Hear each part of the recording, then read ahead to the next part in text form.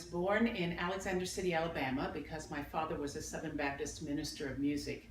But we moved to Oklahoma when I was 9 months old. Both my father and my mother come from Oklahoma.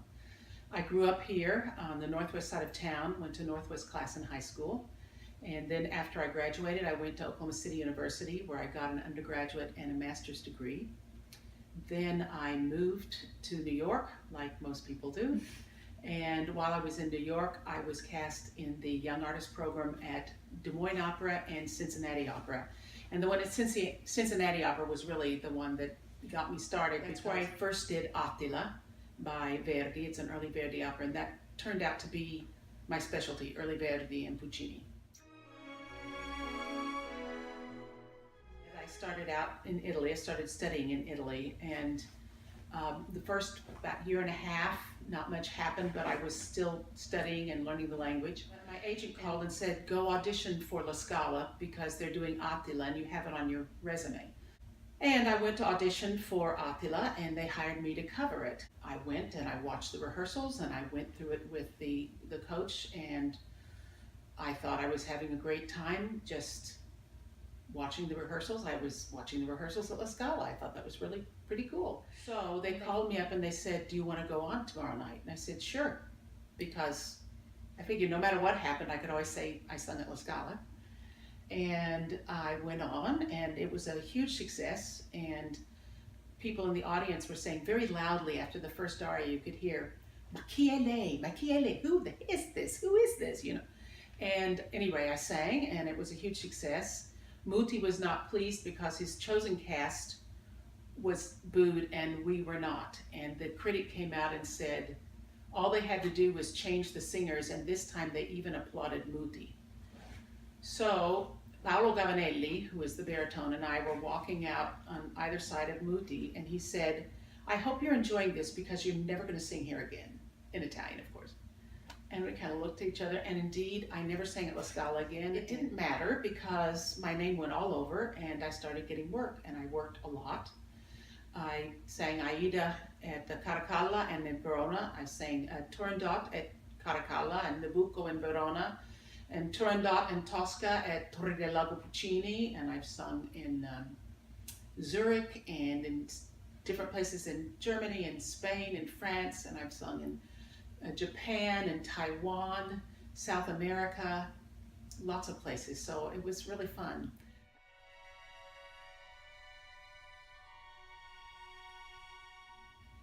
The catalyst was no one was doing the operas that I sing, that I was right for.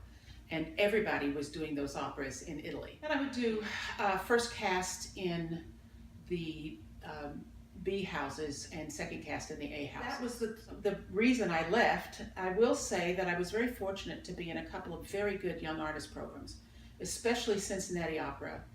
Really prepared me for the life that I led.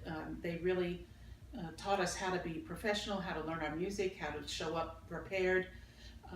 A lot about stage comportment, and we had stage combat and dance and everything else. And I think I did it all right, but I did it all right because I got great training and great advice. I studied the languages before I went there. I knew what roles that I needed to do, and I studied them before I was cast in them. And yeah, I think I did it all right. But I had a lot of opportunities that young singers don't seem to have nowadays.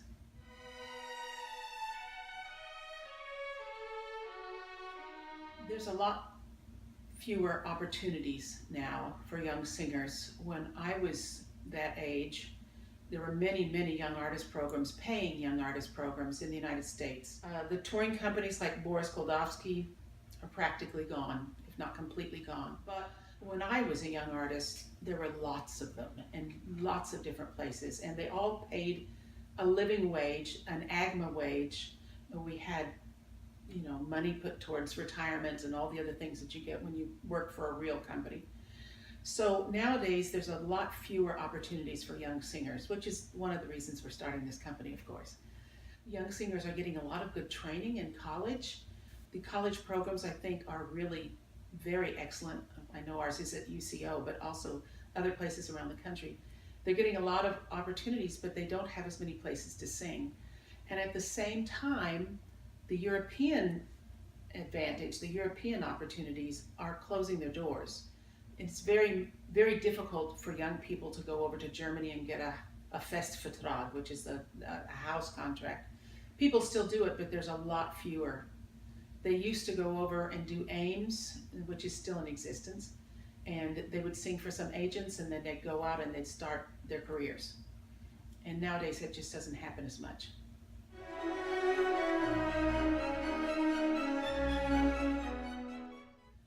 You have to go back a bit. I did the Boris Goldovsky workshop, 2 of them actually, and he plucked me out of the workshop and gave me some work in New York and then took me on tour. And I always thought that is something that I would like to do as well, to have a workshop and then move some of the singers from the workshop into some kind of touring entity or some type of opera company. So I've been running an opera workshop for quite a while now, since 2007. It was founded by my teacher in the 90s back in New York, and then I brought it to North Carolina where I was working at the time. It's come to me that what I can do is to fold that opera workshop into an education and outreach for Painted Sky. So when I first came here 4 years ago, my studio is right next to Dr. Robert Glaubens. And one day we were talking, and it turns out he wants to start an opera company too. And then he was offered the direction of an opera with the Haydn Festival this year. And he came to me and he said, I think this is the perfect way to start an opera company. We can use this as our first production. I started talking to people I knew. He started talking to people he knew. We got some really excellent people on the board, people from OU, and the CEO of the Art Museum, people from OCU, our conductor is from OCU. So not just a UCO thing, we want it to be an Oklahoma City opera. But we didn't want to call it Oklahoma City Opera because there's been an opera company many times called Oklahoma City Opera, and many times it has failed. And so we didn't want a name that meant failure in people's minds. One of the people that we had involved in the group at that time, she's no longer with us, but she started out with us, came in one day and said, what about Painted Sky? And we all went, oh, that's a great name. And that's how we came about.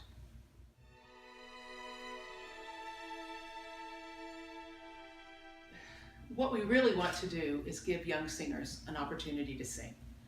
Pay people who do not have a lot of experience to sing and give them a really good experience. Give them a professional production with an orchestra and sets and costumes and all of that. And the idea is not so much to change opera, but rather to change the way that we bring opera to people. Opera is pretty great as it is. And the problem is a lot of people, especially in the States, don't know how great it is. They've never been exposed to it. And this is one of the reasons there's fewer opportunities for young people. So we're kind of melding the idea of bringing opera to the people with the idea of giving young singers a chance.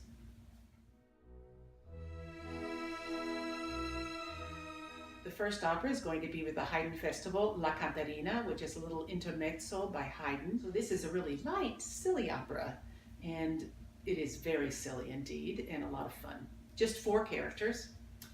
And then the next opera we're doing is an opera that was, actually they're called Broadway operas, and that opera is The Medium by Menotti. It's a story of a medium, as you might guess from the title, and it ends very tragically. She goes crazy, she shoots somebody dies. Of course, it's opera, so somebody's usually going to die, unless it's a funny opera. And it is a very interesting, well-written opera. It's in 2 acts, but we're doing it along with another opera, which is a 1-act opera. It's a French opera, yes. Anyway, by Chabrier.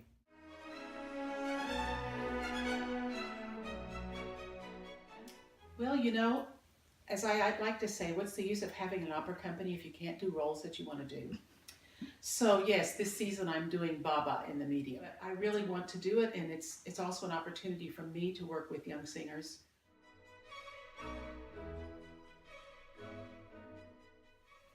Well, my hope is that we will introduce a lot of Oklahomans to opera and uh, take away the scare factor, because a lot of people think opera is, well, they either think it's Phantom of the Opera, which of course is not an opera, or they think it is a bunch of fat people singing on the stage in a language they don't understand, and they won't even try it. So we're hoping that by taking this kind of opera, these smaller operas, and eventually Traviata, which we're also going to do, but to places where they can come easily, that we'll be able to tempt them to give opera a try. We have a great ballet company, we have the Lyric Theater, we have City Rep. We really need an opera company to kind of round it out. Oh, and the orchestra, can't forget the orchestra, great orchestra. So what we need is an opera company.